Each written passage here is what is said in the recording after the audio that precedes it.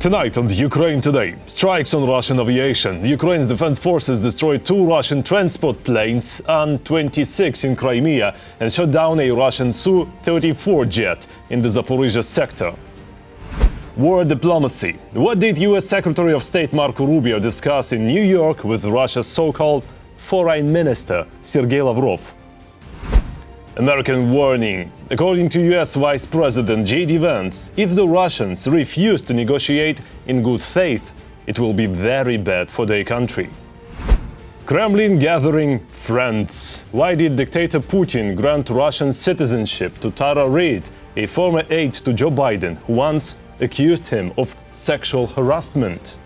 All that and more, right now. Hello, my name is Volodymyr Robchun. Subscribe, hit the like button, and let's get to the news. Ukrainian intelligence drones destroyed 2 Russian An-26 transport planes based in temporarily occupied Crimea. Enemy radar stations were also hit. Ukraine's defense forces shot down a Russian Su-34 jet last night in the Zaporizhzhia sector. That aircraft had been used to bomb Ukrainian positions with guided aerial bombs. The port of Tuapse in Russia was attacked by Ukrainian naval drones. Footage of the explosions near the oil terminal of the Tuapse refinery appeared online. Satellite images revealed the aftermath of Ukrainian drone strike on the Gazprom Neftekhim petrochemical complex in Bashkortostan. The scale of destruction is striking. This is one of Russia's largest refineries and petrochemical plants. It supplies products to the Russian army, which makes it an absolutely legitimate target. Over the past day, Russia lost at least 940 soldiers killed and wounded. Since the start of the full-scale invasion, that's already 1,105,490 invaders. In the last 24 hours alone, Ukraine's defense forces also destroyed 2 Russian armored vehicles, 38 artillery systems and dozens of other pieces of enemy military equipment.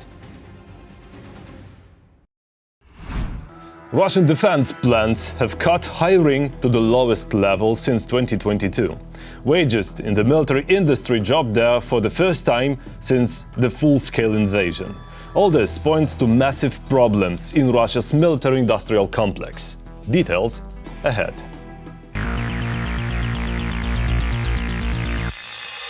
Russian tanks are on the verge of extinction. It seems that the Russian military-industrial complex can't keep up, and soon there may be nothing left to fight with at all. And apparently, sanctions are to blame for this. The role of sanctions here is more about the fact that they are accelerating this decline, this merging, the loss of discipline and the quality of production that Russia is capable of. And in the long term, they weaken the implementation of technologies like artificial intelligence that Russia could have developed. It seems that Putin's claims of a resilient Russian economy are starting to show a significant crack. Sooner or later, the overheating of the military economy may not lead to its collapse, but to a sharp downturn. The general economic trends in the Russian Federation will also affect the military sector of the economy.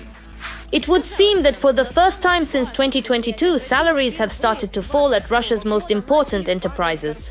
And yes, we're talking about companies in the military-industrial complex.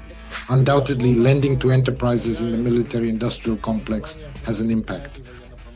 And the difference in the form of this lending, the volume of lending compared to the non-military sector, this used to be an advantage, but now it's a disadvantage. Having essentially reached its peak, it's now either a plateau or a rise. But how do the personnel shortage and economic problems then affect the increase in the volume of Russia's military-industrial complex? The ability of the Russian economy to supply the army, to provide the war with equipment and ammunition, they aren't limitless either, especially with rapid expansion. Well, the modern-day Russian economy simply cannot reach the impressive Soviet-era levels. Of course, sanctions are no joke, especially when they worsen the condition and quality of your military equipment, or even completely halt its new production. But that's when Soviet-era tanks come to the rescue. The focus was placed on restoring Soviet equipment, old Soviet equipment from storage bases, restoring ammunition, again, overhauls, getting them ready for combat. They aren't limitless either. But now the time has come when old equipment doesn't make the job easier, but rather complicates it. There are fewer and fewer units left that are fit for repair. They have to repair things that aren't even repairable to cobble together working units from several different ones. This requires significantly more effort, work, and so on. So instead of producing new and modern equipment, Russia is increasingly using old and worn-out hardware. The production of new equipment is hindered by, among other things, sanctions and the unpreparedness of the manufacturing base. That's why the production of modern types of weaponry is being disrupted. These are nowhere near the rates Russia needs to compensate for its losses on the battlefield. That's why they prefer to fund what will deliver results here and now, rather than tomorrow or the day after. One should not forget about Putin's loyal friends, China and Iran, who are actually helping them a great deal. We have always been together, so we remain together now as well. But any delivery is more a way for Beijing to keep Moscow on a short leash. It is precisely the technological base that China is helping the Russians to pull up. But at the same time, the Chinese are helping Moscow strictly from the position of a suzerain. Therefore, they keep their hand on the tap. If Moscow acts the right way, they can open the tap. But in the end, what do we have as of today? It is known that in 2024, Russia's military industry has reached the limit of its capabilities. But what are Russia's prospects now? There may be a so-called plateau, that is, when the maximum indicators have been reached. Further growth is impossible, but it is possible to prevent a decline through administrative measures. The only question is, how long will the Kremlin be able to maintain this level? And could it turn out that an unexpected blow will come not from the front, but from within? Corruption in Russia is our ally. The more the generals keep stealing and the icebreaker's Russian economy, military-industrial complex, the more they stay on plateau. The less chance they have of holding on to this plateau. For now, they're stealing quite a lot. Their appetites grow with each passing year. But of course, sanctions are only a small part of what can help Ukraine defend itself against the Russian Federation. Nevertheless, a profoundly significant and increasingly crucial factor that warrants considerable attention is the substantial and continuous escalation in Ukrainian military weapons production, which has been steadily expanding its capacity and output, thereby contributing significantly to their defense capabilities. That's why we need to work on both fronts.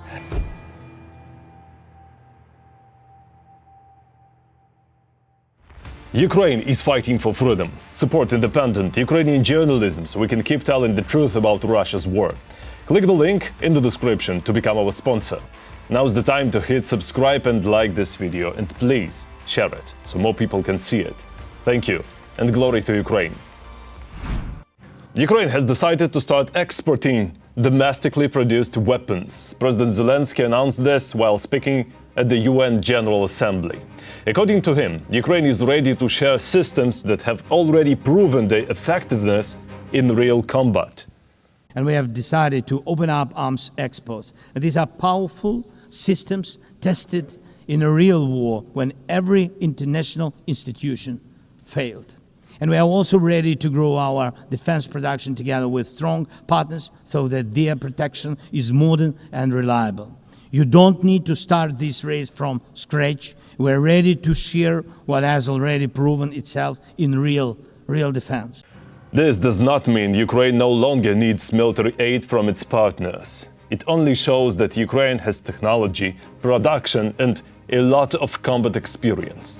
Export of Ukrainian weapons and import of Western systems are two processes that go in parallel. And speaking of imports, President Volodymyr Zelensky met with NATO Secretary General Mark Rutte. They discussed the effectiveness and future expansion of the Pearl program. In just 2 months, NATO members have raised more than $2 billion to to buy US weapons for Ukraine.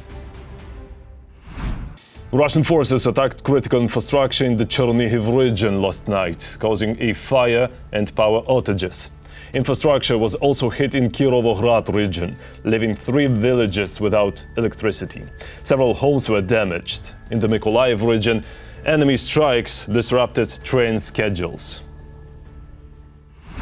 Every voice matters. Join our community, support independent journalism and help us bring you the truth from Ukraine. Become a member of Ukraine Today. Join us now.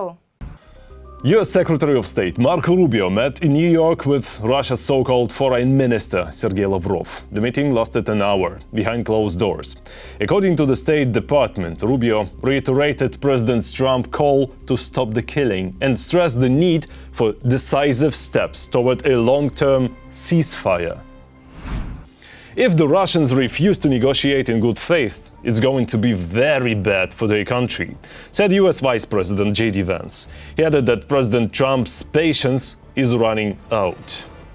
If the Russians refuse to negotiate in good faith, I think it's going to be very, very bad for their country. That's what the president made clear. It's not a shift in position. It's an acknowledgement of the reality on the ground. We're going to keep on fighting for peace every single day in the Trump administration.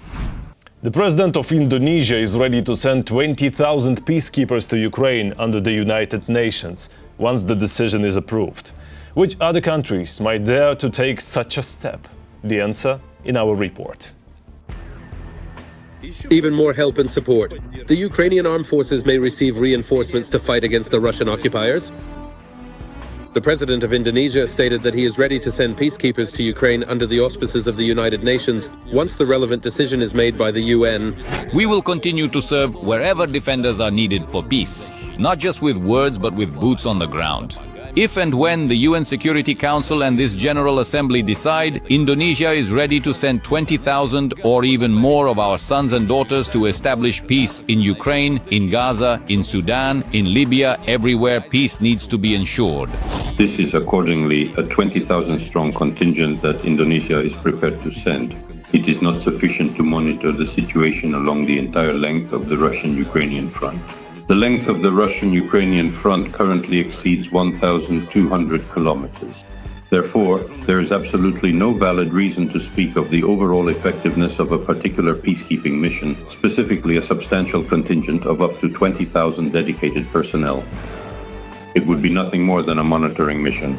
Earlier, the president of the UN General Assembly, Annalena Baerbock, stated that she does not rule out the possibility of deploying UN peacekeeping forces in Ukraine to support the ceasefire regime and post-war recovery if the majority of member states agree to it.